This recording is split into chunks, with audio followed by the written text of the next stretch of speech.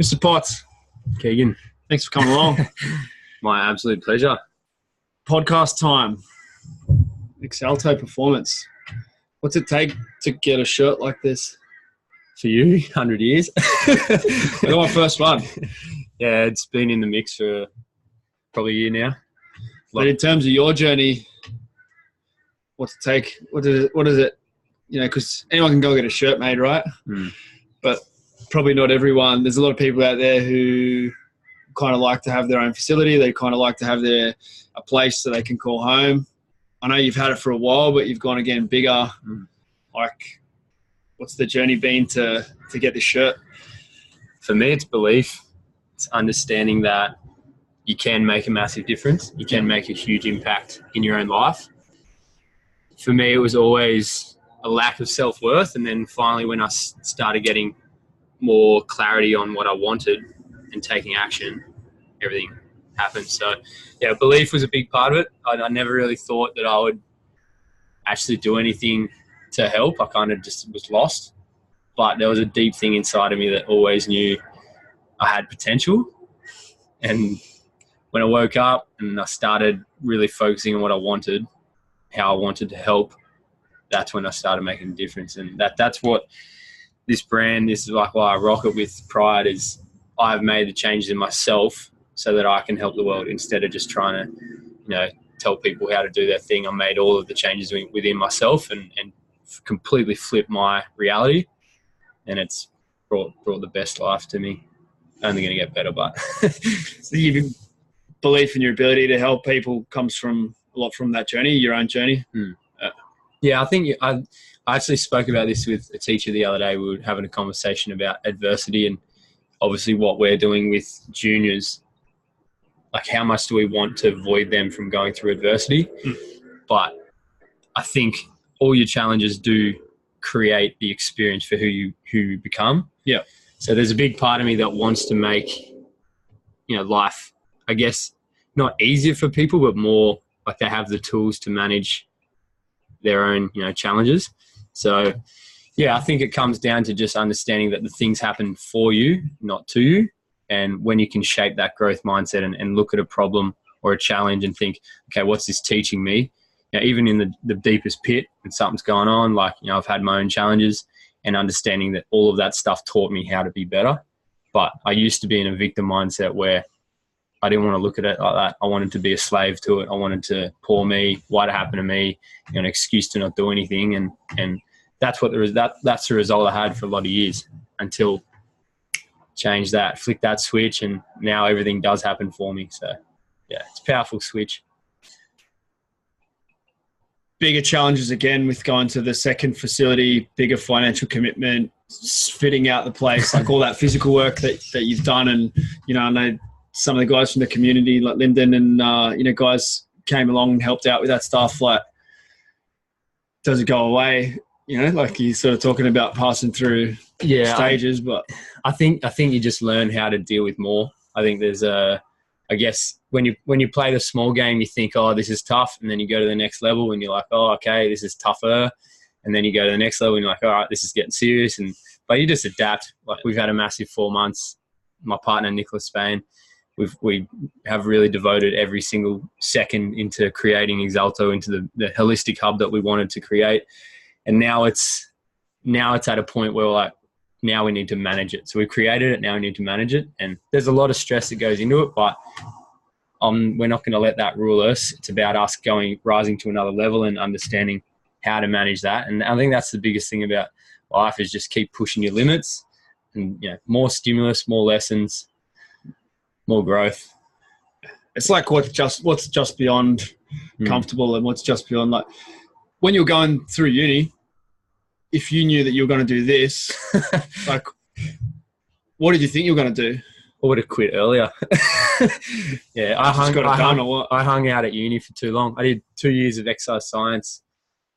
Just wasn't my learning style. I tried to be there as hard as I could because I've also got a quite competitive mindset. I don't like losing, so I didn't want to quit.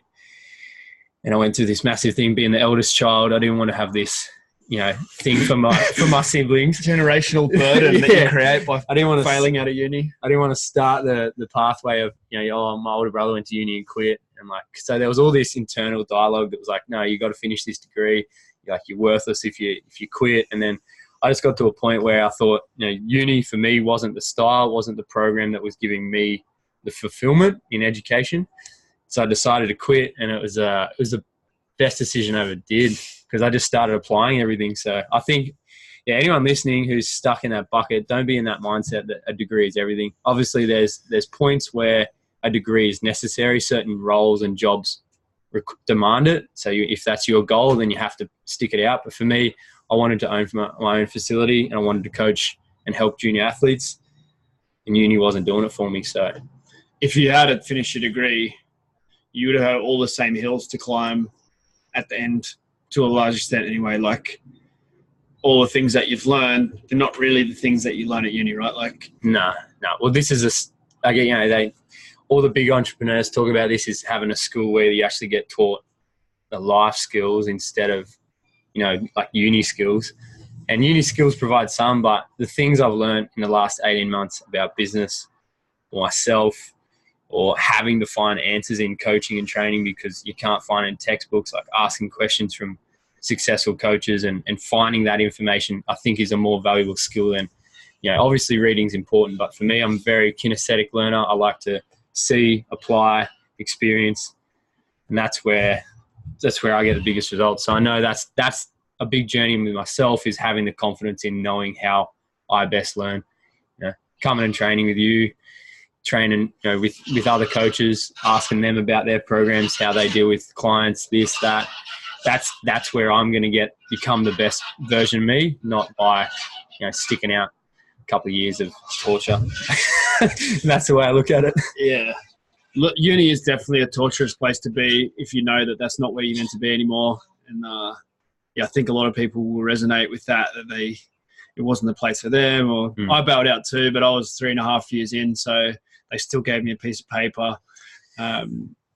I didn't finish exercise science in rehab. I just graduated from exercise science. I did musculoskeletal rehab. And in hindsight, for me, it was important because I went and worked in Super League. I worked in the NRL. Probably wouldn't have got the visa to France because just with diplomatic stuff, the degree is part of the work permit and things. So, but eventually, if you're good enough, my mentor, Hayden Masters, who, worked with my dad for 10 years at Parramatta Eels. He's worked with the Kiwis. He's worked at Titans and Roosters after I was there. And now he works with Panthers. He's done a lot, and he's worked in soccer. He's worked in athletics. He's done a lot of stuff with Usain Bolt. No degree, he might have got it later. I'm not sure. I could be wrong, but he didn't have a degree, and he's done everything that is to be done in the world of pro sport, where everyone says, "Oh, you have to be whatever." And I know, there's some box ticking going on with ASCA. There might be some legitimate education going on there as well. I have heard a few reports of that, but I know there's a lot of box ticking that goes on. And, tick the box of university, tick the box of ACA, but are you actually good at anything? Yeah, results speak. It's not gonna come from those two places in my experience. Not to say it couldn't, but as a rule, someone says they've got a degree in exercise science, like, yeah, cool, what do you bench?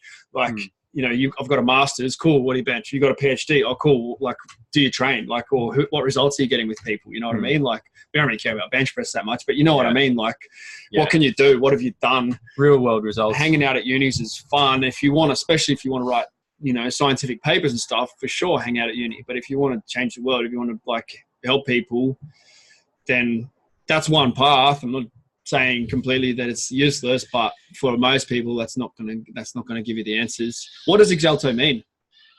It's Latin for progression. So whenever I was thinking about a business, I used to have JFit. I had Fit Pro. JFit. Yeah, I had Jackson JFit. No, yeah, that was like 7 years ago. JFit. You should tell him it's copyrighted. It's got like 300,000 Jackson, followers. if you listen, bro, taking over that account tomorrow. 300K. Just send the logins, bro. No, yeah, it's I've had a few different ones, and I ended up getting to a point where I wanted something that I wanted people to read and then have to ask the question. Yep. So it was kind of, instead of seeing, Anytime Fitness being like, okay, sweet, I wanted Exalto. It has that little like suspense in it. It's like, what is Exalto? Mhm. And then that opens up the conversation. So for me, I've always liked the Latin and the language, how it transcribes basically to English. And I've looked up as many as I could, and I was basically looking for something around progression. And I found to rise above, which is to exalt. So if you've ever heard to exalt means to rise above and to progress. And that's, as soon as I saw it, I went, like, there's everything happens for a reason. I saw that word and I went, that's what this brand's going to represent, is progressing and rising above your yes to self. Yeah. Like the person you were yesterday, no matter what happens today, you have an opportunity to rise above. So that's really where Exalto stems from. And I'm proud of that. I didn't know that. Yeah, a lot of people don't. Do you know, is it meant to be a secret that you have to ask? Yeah, 100%. You've just given it away. No. Well, like, people that know can spread it, but yeah, people ask every week on the Instagram, facial, socials, whatever, in the gym, our athletes, like, what's Exalto? But once they know, they go, all right, they're buying a bit more. Yeah, that's cool. So you've been through some journeys, some challenges. We did some snatches last night. Talk about why that was a big deal for you. Yeah, I'm certainly not excused from excuses themselves. You know, I find myself having a very good mindset in regards to challenges, but I've had a lot of injuries, especially I played 6 years of NRL between 11 and 18, or 11 and 17, and got smoked every year with a big injury. Like, it was just knees, shoulders, ankles, fingers, like everything. Just couldn't have done many more injuries in that 6 years, and that was a lot of trauma that I deal with in my own training. And I have this mindset around it where we playing rugby league or Aussie rules? No, rugby league. Yeah. And then just big shoulder issues at the moment, where left one's dislocated 6 times, completely out of the socket, and then subluxed twice. When did that start? Started. It was the first time. It was Anzac Day 2015. Yeah. Okay. Yeah. So that was a big dislocation. It was wasn't nice. It's never nice to see your own bones sticking out of a joint, and then it just kept happening.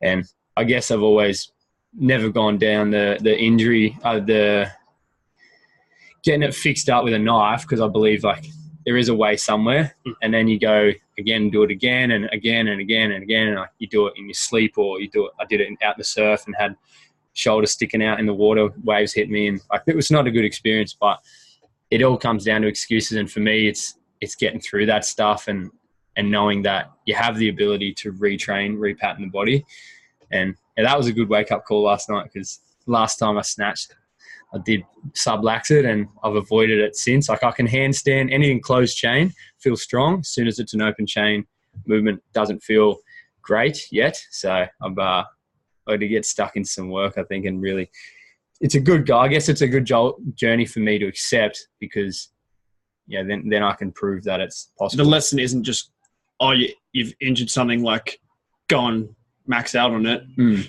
Like, you're practicing some skill, rewiring. Yeah, 15 kilos, 30 kilos. Starting light, like, just do what you can. And this is a thing. Like, I do this with our athletes, is you start with what you can do and you build tolerance there. I guess when it always comes, for me, I'm not training with someone all the time, so I've got to be more disciplined on myself. And last night was a good wake-up call. I'm like, all right, well, I need to just practice my snatches a bit more and just build up the tolerance. And people like you mentioned, Brando Hassick has done it himself, and he's back to his strong snatch. And shout out Body by Brando. Yeah, I've been rocking the singlet a bit lately. I think it's your Bali one, even though I didn't go to Bali, but maybe it's not. I don't know. I'll have a look at it again. But it's cool. Like, Brando has hurt his shoulder a number of times. He hurt at one of the Real Movement events, and he kind of already knew it was not great. And it's like, that's the last thing you want when someone's at an event. But now he's snatching, I don't know, 90, 95, something like that. And it's been awesome seeing him rebuild that over time. Mobility, like, he's doing the work nonstop. Every second photo he puts up is something overhead stability. So he's got a lot of good content. And that's someone I do look up to him, because I've talked to him a bit about the shoulder. For me, it's just practice, putting your words into practice. So yeah, it's going to be a good challenge. I'm excited to get the shoulder healthy again. I think a hard thing for me is I like handstand so much now after coming into RMP that for me, I can still handstand with like a shoulder, like it's not a problem. So I've never really focused on hitting the open chain work, but it's time to make a bit of a difference there. Get rid of that limitation. I think, there's so much value in just doing what you couldn't do, especially if you believe you can't do it. Like there's value in that, regardless of what the task is. If it's like, no, I can't do that, that's what you must do. Yeah. Like, and you don't have to be a world champion at it, but get rid of that. I could never do that. I can't do that. I could never present a seminar. I could never, you're talking about last night with how did I learn to juggle? Why did I get juggling? Like I tried to do it as a kid. I can't juggle. I've tried. I can't juggle. Maybe my brain doesn't do it. Like I literally thought my brain wasn't capable of it. So that's what I had to do. Once I started learning Spanish and, I was just breaking these barriers in my mind. One of the barriers was like, I've got to learn to juggle. And then it was, I got to learn to play the guitar. And, I'm not a concert guitarist. It's, like I don't even remember any songs now, but I can play the guitar. I can play my D. No, I got a bit there. We can crack it out later. But, I think going through those mental barriers is a big thing. And I think for you, like if we, get you to the point where you're comfortable with, 2/3, 3/4 body weight, maybe get up to body weight snatch, and it doesn't mean you have to take it to being able to compete at a national level, there. But you're just like, I'm not scared of that. Like that's not holding me back, holding me down. When snatches in a program, you don't go, I can't.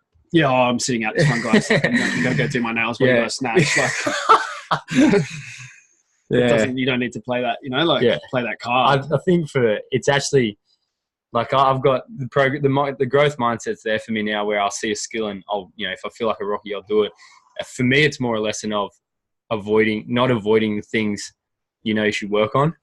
And that's what when I sub-laxed last year, like a year ago, that's what it's been. It's been like, okay, your open chain shoulders are no good, like avoiding it. So the lesson is actually, for me, don't play that card. Pull out the avoidance card and chase it, hunt it, and knock it off. So that's a part that you're not focusing on. So much power in that. You got to go through that. Like you got to, and then if someone's laying a challenge down for you, like when people come and start doing real movement, like you need to be able to juggle. You need to be able to do a handstand. And a lot of people reject the call. People will be like, no, like that's not me. I just want to do, I want to get to where you're at with, your business or like the training stuff, or I want to work with pro teams. I don't want to do that stuff. So I know that's the stuff you need to do, because once you've done that, all the other stuff is open to you. Like it's embodying that growth mindset, doing what you can't do, being who you couldn't be. And then that's the whole premise of what we do is like transfer that. Okay, where else do you need to do that in your life? And if you've got that experience of it, it's not Tony Robbins anymore. It's like, this is what we do. This is how my body works now. It's not conversation. It's experience, and it's wired into your system in your 5-ball juggling pattern. How's your 5-ball? How's the journey to a 5-ball juggle been? Is it? Oh, the best. I never thought that I could get so much fulfillment out of just juggling. I honestly didn't. When I first saw the 3-ball at an event, I'm kind of like, yeah, right, I'll give this a go, and got so hooked, like hours on end. I still remember vividly the day that Angus and I were in Byron, both of us, and we were trying to get 100 3-balls. And we spent, like if Angus is listening, he'll laugh about Pegasus up on this. Pegasus PT, strength conditioning. Yeah. And we spent 4 hours trying to get 100. I reckon we got to 92 or something, and no, we couldn't crack it. We're filthy. Actually, I think he might have cracked it. Got like 106. I think he just cracked it. And then that was like the first memorable experience I've had with juggling, of persistence for hours on end to get a skill. And from there, that was 2 years ago. So the journey to 5, like the 3-ball to the 4-ball is challenging. And then the 4-ball is like tasty. You start getting that, like, I'm actually a juggler now. I'm not just like some flimsy little 3-ball thing. I've got a skill that's kind of hard to get. And then the 5-ball, it's another journey. Actually, the deadline, like you said the other day with the Poliquin event, the deadline for me was I was going to Bali in 2 months, and I said, I am 5-ball juggling by the time I stepped foot on that plane. And I was in the airport still like trying to get it. And I remember I got it like 10 minutes before we boarded. What was your target there? Just to get 3 full revolutions. Yeah. So 5 ball for each ball. So we were 15 throws. Yeah. Yeah. At 15 throws, you're definitely a 5-ball juggler. Yeah. You don't have it on tap. The flash pattern was there, but Yeah. I was like, oh, I'm not claiming I'm a 5-ball juggler until I can get the 3 revolutions. And I remember being in the airport. I had my mate there, Dan and Jimmy, and then Nicola was there as well. And they're like waiting, sitting there, and I'm just there in the airport, like, come on, we're nearly getting on the plane. So got it though. Like the deadline worked. Yeah, it was good build up. I highly recommend it for anyone who, sees like the juggling just is optimistic, like, pessimistic about it. Like, why would you just juggle? The journey with where your mind has to go, like resilience, discipline, learning to just fail, pick up, learn from your failures, like that. I honestly don't think anything's had as big as a shift in my mindset as the juggling. The handstand's more physical, about learning, balance and physical capacity, but the juggling is just incredible. And it's such a low load thing, so you can do so much volume. Mm-hmm. Yeah, that's I think part of the game as well. And yeah, you don't know until you do it, kind of thing. Like you look at it from a distance and like, yeah, whatever. Yeah. But embodying new skills as an adult and getting to a fairly elite level with things, like every adult needs to have that experience of something that you couldn't do as a kid that now you can nail, whether that's like with languages, with musical instruments, in the physical. I think it's something we should, continue to do, and have some stuff that you're a beginner at that you're pretty bad at, but then also continue to refine some of those things that you get good at, like that. I mean, we're trying to solve this crisis of mental health, obesity, bringing people back into their bodies and into a mind that they can live with. I think that one of the best things you can do is have a skill that, you're just going to keep refining and just give yourself that experience of, like I can put a new pattern in my brain. I like the Joe Dispenza stuff, and it's about putting in new patterns and wiring that stuff into your nervous system by thinking about it over and over again.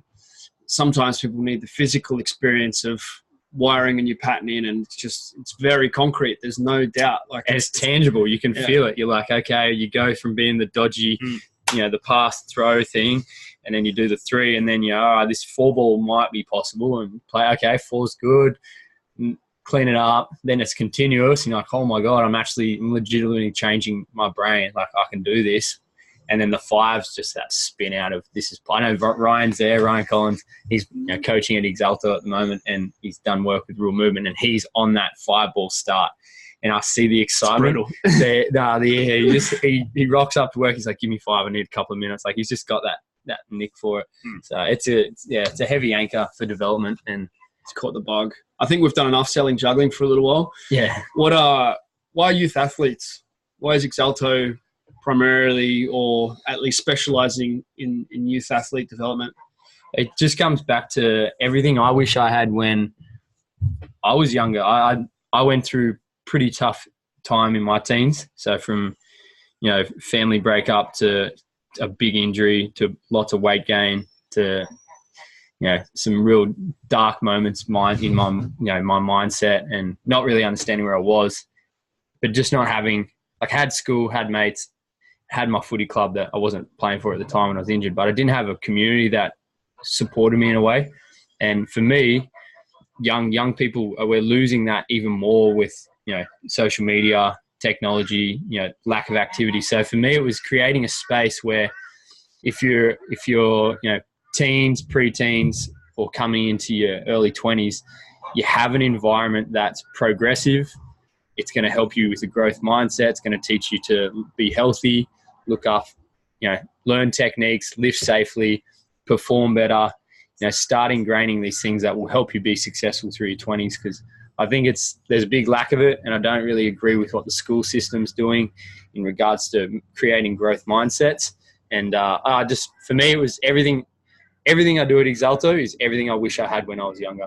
And that's basically how I program, just to deliver the youth what, I wish I had.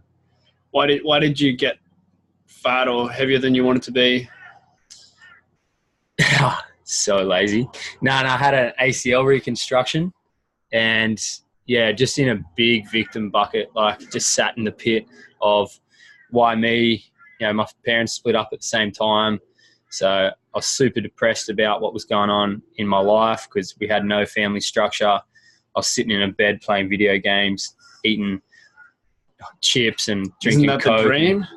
It was, but it created a result that I didn't want. So I thought that was the only way, really. I thought that was my only option, was just sit there and sulk and not really have, you know, any form of progression, because I was this busted, you know, footy player who didn't know. I couldn't surf, I couldn't run, couldn't train, couldn't be out with my mates for, you know, 3-4 months. I was in this stupid cast. No one actually had the opportunity to sit down with me and be like, you're going to get through this. What can you do? Like, if I had juggling back then, it might have been a different story. Like, you know, I could have sat there and had some form of progression. And I think that's a very strong message for any junior athletes, is you will experience some sort of pain, you know, whether it's an injury or mental or whatever it is, social, understanding that there's always a way for you to progress and there's always a way for you to find something to work on. Whereas all I worked on was, you know, upping my kill death ratio on Call of Duty, and didn't do much for me at all. So Definitely a lot of computer games going on at the moment, and unlikely that that's solving any of the challenges of our time. Unlikely it's aiding mental health in our youth. And it has a massive effect. And guys our age. Yeah. And we're not the same age, but you know what I mean? Well, adults. Well, so-called adults. How old are you? 26. Yeah. Getting there. Yeah, I still feel young I feel younger than I was when I was 16. I'm in the best shape of my life, mentally and physically, and the things I practice daily help me find the most fulfillment in every second of the day. Yeah. And that's what it comes down to. I no one ever had the chance to show me when I was 16, you know, how to wake up, how to have a routine, how to have structure, how to enjoy being in your own skin, you know, how to help others. It was a big tall poppy syndrome as well, growing up around the rugby league community. It's kind of take the piss out of each other, you know, wreck your mates till someone cracks and have a laugh at it. Like, it's not a good culture. As much as it's fun for a bit to take the piss out of each other, it does wreck people inside. And I think the insecurities only, you know, swell, and then it creates a lot of mental issues for youth these days. Like, people call it banter and stuff, but I'm not a massive fan of the shit talk either. Like, I call it shit talk. People call it banter, and they, you know, say they like it. Now, I mean, it's different when it's with friends. Like, I think when you know you've got strong respect with each other and you have serious talk as well, then you can have a little bit of it. Like, you know, I think we get a little bit of it, but you need to have a foundation of respect and not. Yeah, and I think personally it's a fine line, because if it's actually something that you know hurts them, and then we all have insecurities, but you know, if it's actually something that hurts them, like, why don't you have a chat with it? And men are the worst. Blokes don't want to talk about that stuff. Like, I know with my best mate Jimmy, we talk about like deep shit. We go hard on like what we're struggling with, you know, and then we have each other's perspectives to work off. Whereas when you're 16, you don't have those chats with your mates because it's seen as gay, or like, you know, it's too emotional, or you don't like. Why would you talk about that shit with us? Like, whereas when you can, you know, get deeper and address some of that stuff, and that's where we want to provide a space for, you know, our athletes, is being able to get them through their adversity, or being aware of what their weaknesses are and work on it so that they feel empowered. I think it's a massive thing when you're that age. Yeah. So you've got this like kind of bigger perspective and this way of living. How do you get to that? Like, what does that look like day to day? Like, you sort of mentioned how to wake up, and like, what are the things for you that make all the difference? It's discipline and routine for me. If I know my routine sets me up for success, for little wins, and I'm disciplined on it, my day's a win. Yeah. When I'm not disciplined on it, I kick myself, and it's very rarely. It might be once a fortnight, you know, and I'm like some stupid excuse and I don't hit it, but it's a high success rate. You know, once a fortnight's pretty good, and I've gone sometimes when it's 6 months straight.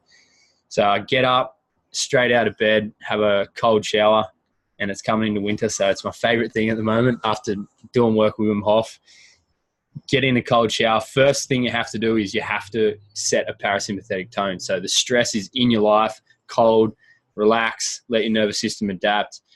Your energy goes up, helps your immune system, helps anything, clarity, gets you set for the day. Get out of my cold shower. I write my mindset pillars, so 3 points of gratitude on my mirror, 3 affirmations for the day, so 3 power words. For instance, I am strong, I am powerful, I am helpful. And that self-talk enables me to have structure for the day.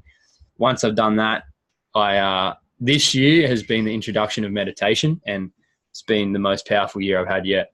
So 20 minutes of meditation every morning, which is, I guess it's funny because I came from a gaming addiction, like addicted to playing video games. And there's now a correlation with meditation because I play a video game in my head, but it's actually the life that I want to live. So I'm visualizing my success, the athletes I want to work with, the relationship I want to have with my partner, our financial stuff. I visualize everything to the T until you can feel it in your mind. And that as a start to the day is what you're in control of, instead of looking at likes or comments and external gratification from others, getting up and checking your phone straight away. Like I don't check my phone for an hour, and all I do is start with creating the life I want to create. And those 3 things, so getting up, the cold shower, the mindset, and the meditation, that's the absolute must get done. And then from there, everything else happens. The training, business work, that all comes secondary, and that really helps me with my daily routine, and that's where I've found the best result. Yeah. The thing is, there's some solid stuff there. I think it's easy to do a lot of it. It's easy not to do. Like people would say, "Oh, well, I don't have time for that." But what do you have time for? Everyone's got 24 hours a day. Yeah, well, you sit in bed. What are you doing? They sit in bed scrolling for an hour or half an hour on Instagram, and then click the phone, put it next to it. Like you could have gone to bed half an hour earlier, woken up half an hour earlier, and actually worked on yourself. And that, for me and my partner, that was a massive thing. We got rid of the phones out of our room. It's like, all right, no phones in the room. At 8:30, we head upstairs, and that's, we go to bed. There's no blue light. There's no alarm. I've got to get out of bed, walk into the other room to turn the alarm off, and then go and do my routine. So that's power. If anyone's listening, if you can get your phone out of your room, that'll make a massive difference. Yeah. Social media is such a big part of the world right now, and people trying to build brands and build businesses. My feeling is that you need to invest your energy in being great, and then once you feel as though I'm living a great life, share that, rather than living a shitty life that you're not proud of and sharing that, or trying to make something up, and then you feel like, well, I'm lying on social media and still no one gives a shit. So where if you actually do the work, be able to do a bunch of things that you'd like to be able to do, like get really good, world class at 2 or 3 things. Elon Musk's wife, there's a good article that she sort of published around, be world class in 2 things and you change the world. So what are your 2 things that you're becoming world class at? Work on them until you're very good at them, and then your audience will grow like crazy. Our friend Knees Over Toes, Ben Patrick, who's going to come out and present, for Real Movement and for his online audience in the near future here.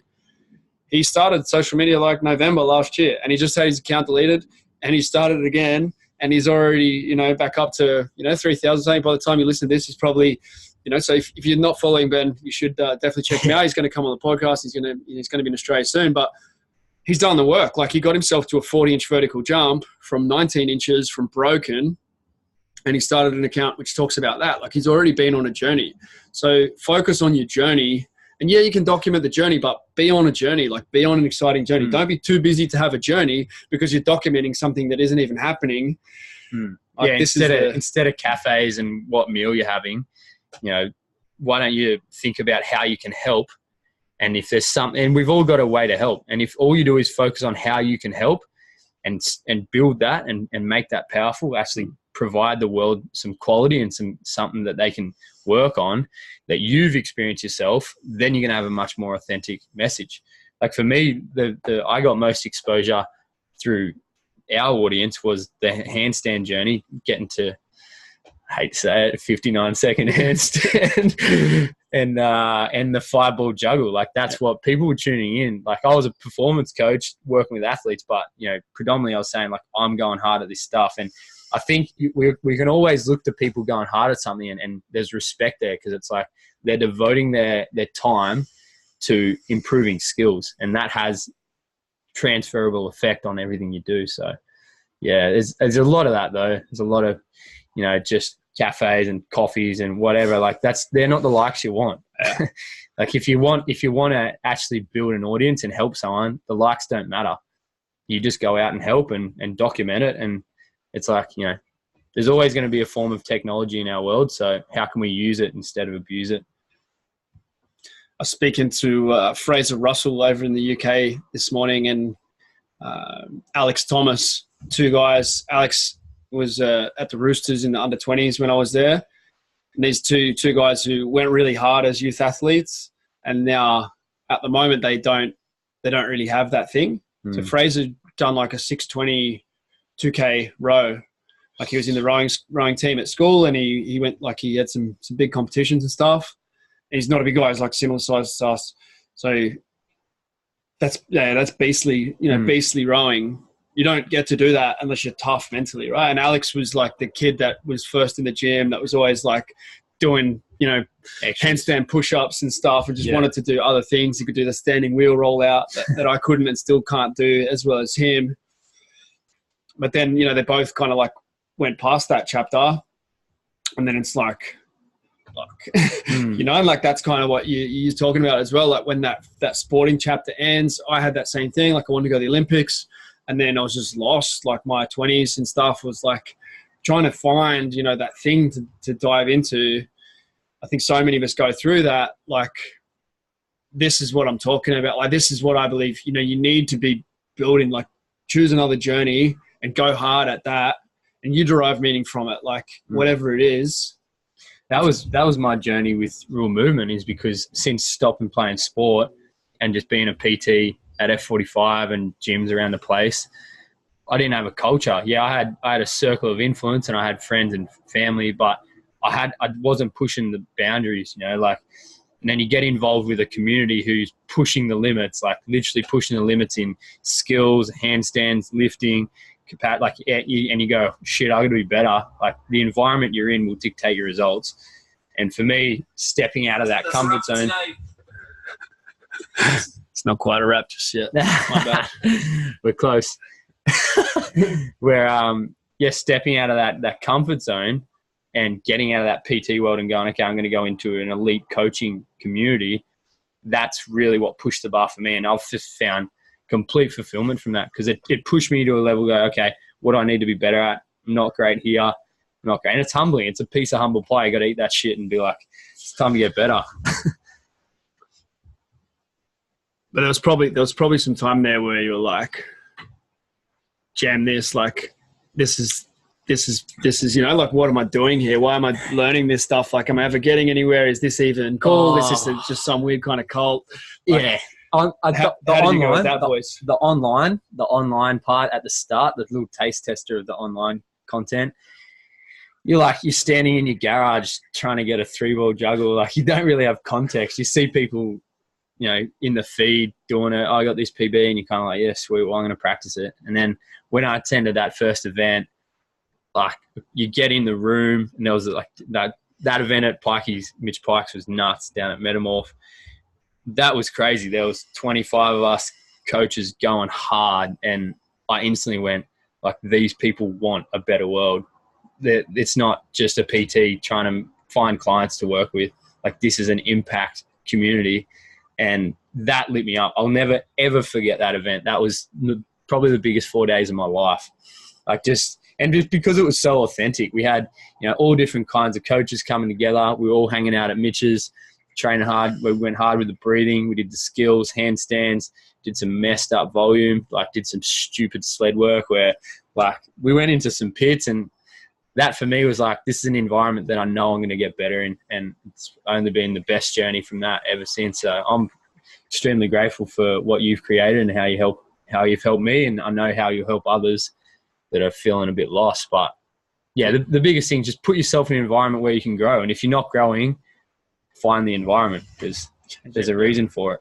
Yeah, so we didn't do many events. 2017, 18, I think there was one 3-day event, and maybe 2 4-day events, something like that. Like, I kind of lost my way with Real Movement, and you kind of came in at the worst time, if I'm honest. And yeah, I don't like. It's good that you had that kind of experience when it wasn't really at its best, And I always want the product to be better. And I think like 2014, 15, 16, there was probably things were probably a lot smoother and a lot clearer. Now that we've sort of relaunched this, like, you're one of the founding partners of the Real Movement 2.0. We've changed the name. We've changed, we started again. We've got our first 10 coaches, in the mentorship. Like, and you're one of the leaders now. Like, why are you part of it? What do you hope to get out of it? I just want to help. I just want to help other coaches go on the same journey that I experienced, and that is a journey of finding a better option. And you can go and do courses here and there, but when it comes down to the real world living, like lifestyle training, the nutrition, everything we do here is exactly what I wanted out of a program, and I didn't know it existed until I came across it. And it was a big step. Like, it's a big You were commitment. sitting in the background for like 2 years though, right? Yeah, I mean, I remember laying on the floor of F45, like watching Coach Keegan videos, going, "Damn, this looks sick," but I'm so comfy at uni and just doing HIIT classes. Like, I was in that comfort, and I'm like, I'm not. And actually, it was a big self-worth. I was like, I'm not that quality. I'm not that high quality coach to enter an environment like that. And I had the excuse of, my excuse to you was 3 times. When I finish uni, I'll sign up. When I finish uni, I'll sign up. And you're like, fuck that. Like, get out of that hole. Like, this is where you'll find it. And I couldn't see it. Finally, I decided, Angus and I, and social, pressure, we decided to do it together. And that's what got me over the line. And what was 2 years of uni worth? Do you remember? Yeah, it's 20K or something. Yeah, 20K. Yeah. I haven't got that much out of you yet. Nah. Well, you've created a lot more than that. So that's return on investment. Like, I don't think uni's ever going to be able to compete with what we do. Like, it's just so much money out, and you're putting a lot of time into that. Like, if you do something like what we're doing and you invest in yourself and you just do the work, like, you're going to be so much more employable. And, that's what's exciting for me about it. It's like, I feel like university is more and more obsolete. But then the next thing has to be created, and like, that's the fun thing for me, is to create that. And honestly, I don't feel like I'm ready to lead this or whatever. Like, I still feel like, there's a lot of things I don't know, and I'm not the strongest guy in the world, and but ultimately, like, we've had a ton of results, and if it's not this, then what is it? Like, no one else is really offering, and people out there might go, well, I'm going to try and offer this now, but go on, like, do it. Like, there's nothing, there's no real good education out there for coaches who want a holistic kind of training mindset, have a community around it, like. And that's the difference. It's a holistic view on it. You can go and learn as much coaching cues as you want, or as much applicable way to technical knowledge and stuff. Is, like, it's all critical in a way. And we still do those courses. Like, I've done 100%.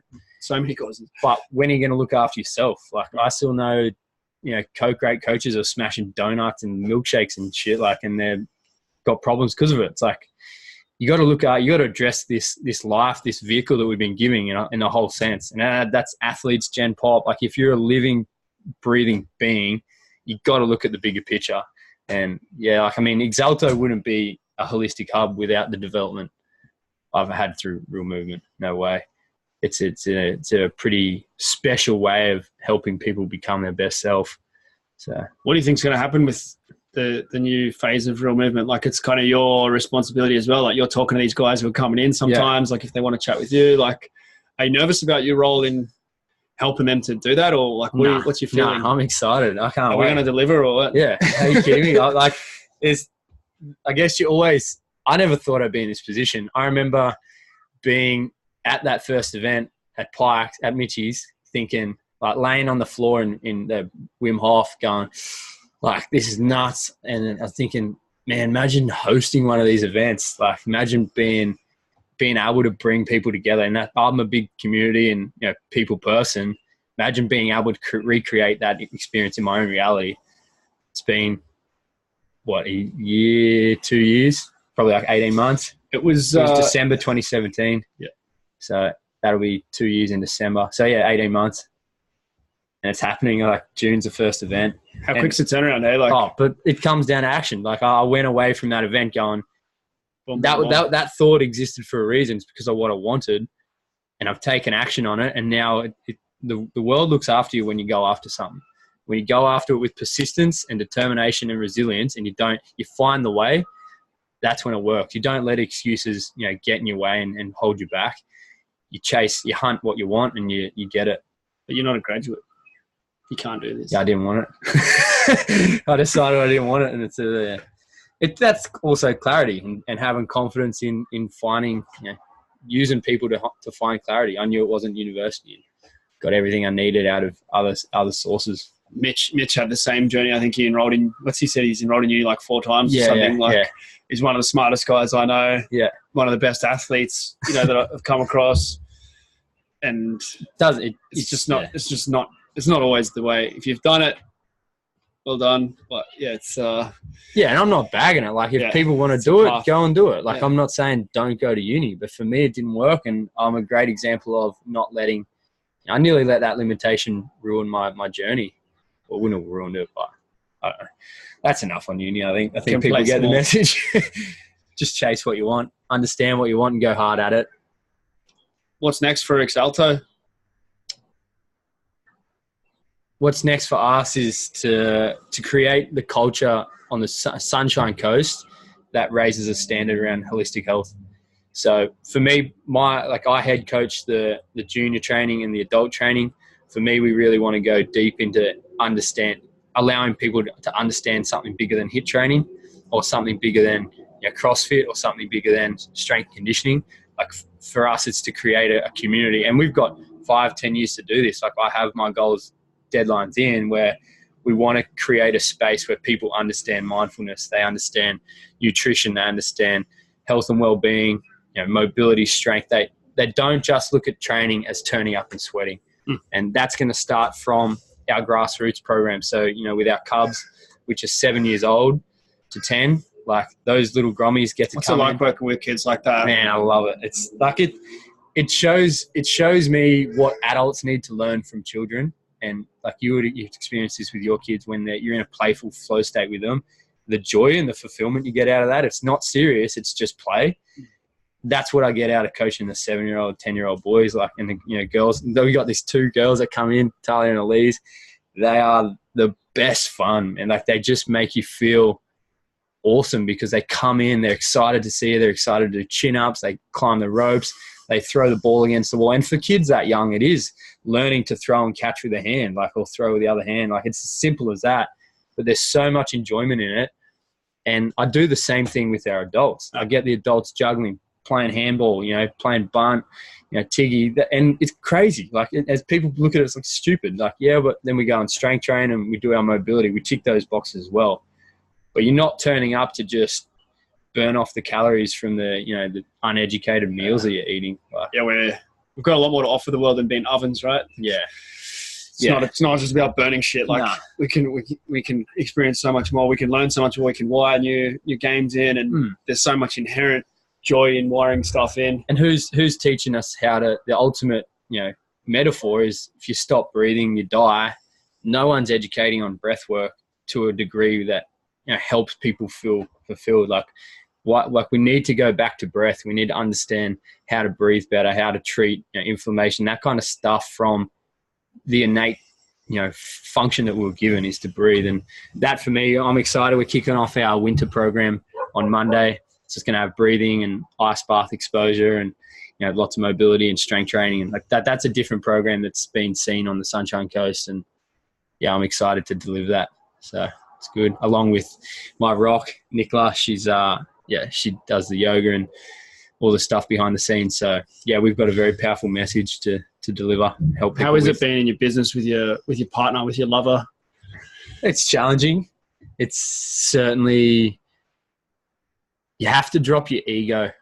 Something I've learned a lot is mixing a love relationship with a business relationship, it's a fine line because there's things that I want and I know that I want, but we have to find, you know, the mid ground, and that comes down to addressing your own ego. And I think it's the biggest lesson for any man is learning your feminine energy and your masculine energy and knowing how to use them properly.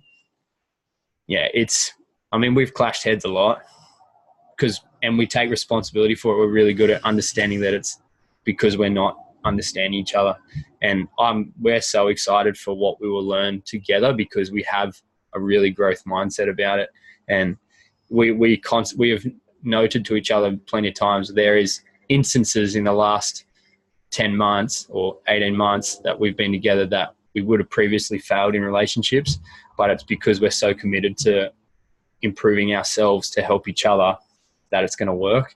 And it's tough. I mean, I'd shout out to other people doing it. I know just even on the gyms on the coast, like Luca and Acacia at the farm gym, you know, Prodigy, Mark and Jacinta, they're doing it as well. And the challenges are there. But the best thing about it is just I get to hang with my soulmate every day. Like we get to be delivering and helping the world together. So it's not like, oh yeah, he goes off to his gym and goes to work and comes home and has dinner.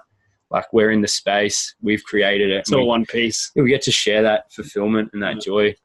So it's beautiful, man. It's incredible. I love it. I love her. Yeah, it's a good journey. Good, man. Well said. Do you want more stuff? Always. Yeah, there's a quote that runs hard in my head. It's always grateful, never satisfied. And it just comes down to the primal being. The minute you're done is death. Like you can't expect to get to a space and feel like every box has been ticked and that your life is complete. It's not going to happen. Like that mindset, that will ruin you because you'll always be like, oh, I'm never there. But the journey isn't a destination. The journey is the process. So for me, it's what more do I want? You know, I want an incredible community where we are creating an incredible community, but, you know, I want strength in quality and making big shifts in people's lives. And we're a month in to this thing. Like I know we're going to have a big impact in the next 5 years. So I'm excited to see what we can do. I want financial freedom so that me and my partner can travel around the world and have good experiences there. I want more development in myself, addressing my, you know, limitations, my business limitations, financial. Like I never came from money. So, you know, dealing with bigger business is a big growth for me and having a mindset of understanding how to help. And yeah, I mean, there's so much growth coming. For me, more so it's learning about being a business owner and not a business employee. Yeah. Like there's a difference between working in your business and then there's a difference between owning your business. Yeah. And that's our goal. So it's a big step. We got a big job. Yeah. I'm super pumped for it. Building that team's going to be a huge part. Yeah. You got some good crew there. Yeah. Yeah. I'm pumped with the coaches we got in. 2 young coaches, you know, for me personally with the strength work or, you know, the training. So Slade Blunt, he's just about to finish his exercise science degree, and Ryan Collins, he's a local gymnast, freak, you know, does his parkour, all that tricking and stuff. Like good young guys, heaps of passion, exactly where I was a couple of years ago, and just a little bit lost with what their direction is. So I'm very grateful to be able to provide a space which I would have absolutely thrived in when I was in their position, like give them an opportunity to coach classes, make an income, run PT, develop, be in front of great people, leaders come like yourself, like bringing people into the facility. Like I don't have all the answers. I'm 26 and been on this journey for 7 years. Like this is my career now. This is a long-term journey. So exposing them to the development that I wish I had when I was their age. And yeah, actually happy birthday to Slade. It's his birthday today. Oh, happy birthday, Slade. You get a shout out on the podcast. 21. How good's that? Ripe young age. How's that? Me saying that I'm 26. Yeah, 21. But 5 years ago I was in a different position and I wasn't doing much at 21. So yeah, no. He's ahead. Done well to land in that place at that time, and and he's put himself in that environment, which is good. Yep. Yeah, he stepped up to the role and took it on. So yeah, I'm super pumped for what those two can do, what we can do. champion. Thank you. Thanks for coming on. Journey continues. Appreciate it. If you enjoyed this, let Jordan know and reach out, and we'll have another chat at some stage soon. We're going to be up at Exalto 20th to 23rd for the intensive for the crew that are in the mentorship. Yep. And then we'll be up there again for level 1. So it's level 1 dates: Sydney, Sunny Coast, and Perth have popped up, and Ireland, France dates to be released soon. Intensive in Europe, probably Portugal or Spain. We're just finalising that. All those ones will come up late November kind of time. So very exciting times ahead. And, if you're sitting on the fence, take action. Get off it. I was sitting on the fence for 2 years. So don't wait there. Just go. Turn up at Jordan's and say, I'm ready to work. 100%. We'll see you there. Exalto Holistic Hub. You know where it is. Just look it up on Facebook. All right. Talk to you soon. Thanks for jumping on. This one too.